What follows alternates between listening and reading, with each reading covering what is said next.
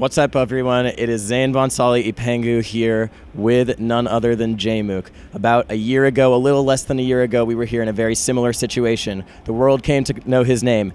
Many things have changed, but in terms of his placement, it just went up by one number, and that's what makes all the difference. Jmook, for this to have been where the world came to know you, and then for it to be your first major win, what does that mean to you? It's amazing how much it writes itself. I mean, honestly, Genesis 8, let's just talk about last year for a second. Yeah. So I was working part-time at Starbucks. I was working 30 hours a week, taking 5 or 6 classes, and coming home and maybe playing unranked for like an hour, and that was my practice leading up into Genesis. So Genesis for me was kind of a return to super majors, to return to competition on the big stage like that, and to go from that to this as a sponsored player by FlyQuest, to really put my all into something, to really craft the best version of myself just from getting better at video game, it's been so life-changing. And I can't tell you how grateful I am for it, because even at 16, I wanted to be the best version of myself by getting better at this game. Because I want to get better at this game, I took better care of myself. Started doing like meditation, taekwondo, focusing on my diet, reading, all these things just so I can be 1% better every single day. And so people ask me, what happened? Like you went from unknown to all this, and people always assume that there was like this gradual climb of improvement. When honestly, it's crazy to think about, but Genesis 9 happened because I wanted to sit up straight at 16 years old. Genesis happened because I wanted to focus on my diet, just so I can be, more focused in tournament, even at a young age like that. So it's the culmination of all these good habits that I built up over the years, and to finally just put it on the big stage and just play my absolute best. So I'm really grateful for this opportunity. I love the way you put that you wanted to become the best version of yourself through this game. A lot of people say they want to be the best at this game, or they want to just be the best in general, but that's such a unique way to put it. And obviously, like we said, it's been a huge year of change. We were only here 10 months ago because it happened in April last year, right? And yet you're sponsored, you're ranked top 10 in the world, you've just won your first super major with Sheik. But tell me, because it sounds like last year in particular was also a big period of change, just more than anything else. Tell me about what this last year has just been like since we talked 10 months ago.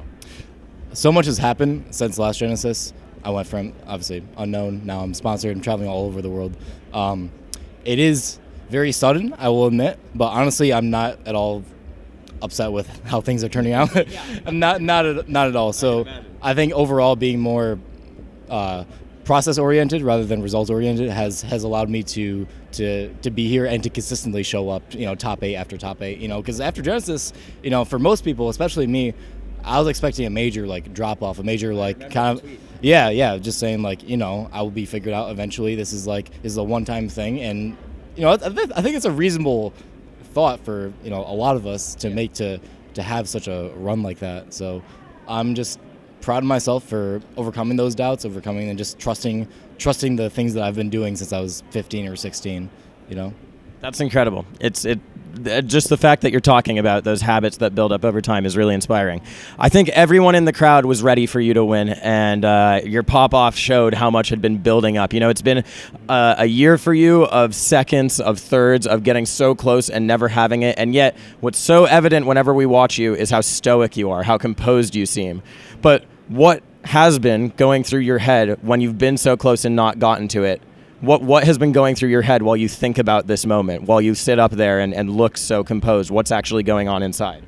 A lot of it is focusing on trimming the fat in terms of emotional and physical body language while you're playing, because even physically reacting to the game, making when mistakes happen, that exerts energy that burns precious energy that you cannot afford to waste, especially in that moment. So that's why I'm very keen about staying very still and making it so that there's perfect alignment between what I want to do with my hands and what I'm thinking. And once there's true alignment, it's called, flow state. It's, everyone has been through that, has endured it.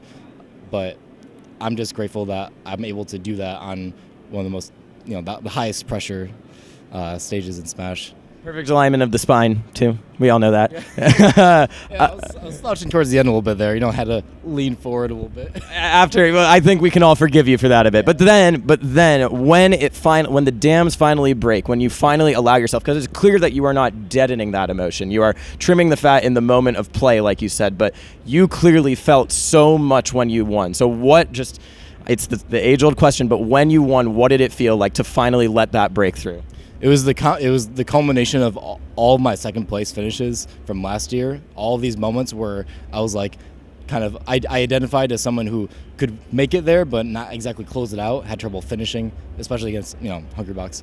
But to go from that to all of these second place finishes and to finally do it is like so much tension from because like you don't get that many chances in grand finals. Like you have to make that count, and there's no exception. So it was like so much weight was lifted off my shoulders, and I came in my body just out of body experience for sure. Let's talk about Hbox. Since you did not have to play him at this tournament, I know it's very clear talking to you that you are a person who obviously looks forward and has you think of the big picture. So how are you feeling going forward? Obviously this is a huge accomplishment, but it's just the beginning of 2023, our first major really of the year. So how does it feel going forward, potentially considering that he's a opponent you'll have to face again in the future who can still be that wall? Yes. So actually my ideal version of like winning a super major involves some sort of beating Hbox and finally overcoming that hurdle. Yeah. So like people will say, you like Jmook dodged Hbox is like, oh, he had like a lucky bracket, but obviously I can't control the bracket, therefore why bother worrying about it? Yeah. So yeah, he's my next step. Like right now it doesn't feel like I close a chapter. It's just like an example of what I've yet to prove, I get the sense that it's not about closing chapters with you. It's just everything keeps getting written and keeps moving forward.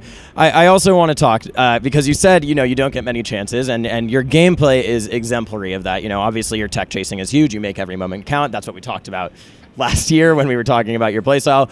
But you also hit one of the sickest Sheik combos I've ever seen in my entire life in this tournament. And you hit a lot of sick combos. And yes, of course, there's obviously reasons to do that. You get them above the platform. You hit them further off stage. But are there ever moments in tournament where you're like, oh, I can pop off right now. I can style. And how do you balance that with executing and just making sure that you're cutting their life off as quickly as possible, as efficiently? Yeah. So TLDR is that it's very ego dependent, or like there's a little bit of ego involved in it. So it's important to like in those moments I find that like feeling myself is a way to get comfortable on the stage, because I'll be doing things on stage that I'll be doing at like 2 a.m. on unranked or just like playing against other people, and it kind of helps me. Like yes, it's in the end it's better to go for the bread and butter, to go for the things that will work, but to be more experimental even in the highest pressure moment is crucial for me, or it's helped significantly, not just for like expressing myself,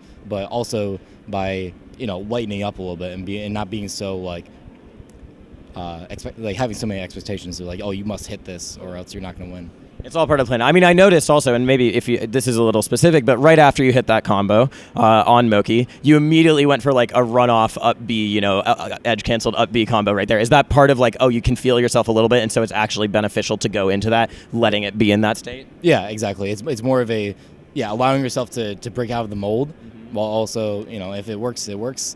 Sometimes it doesn't work out. Sometimes there are moments where you do a little too much, you throw in a little extra sauce, and it ends up not turning out the way you want it to. But you were also sunning Moki, so we love Moki, but it was happy for him as well. Me too. But there was another Fox, obviously, who you faced in grand finals, someone who faced last year as well in ibdw, and obviously one of your longtime friends. You guys came up together. We've all been, as a tri-state resident, as a New York resident, I'm obviously very, very happy about it. But tell me what it meant to you to have him up on the stage with you again there in the moment that really so far has been the pinnacle of your career.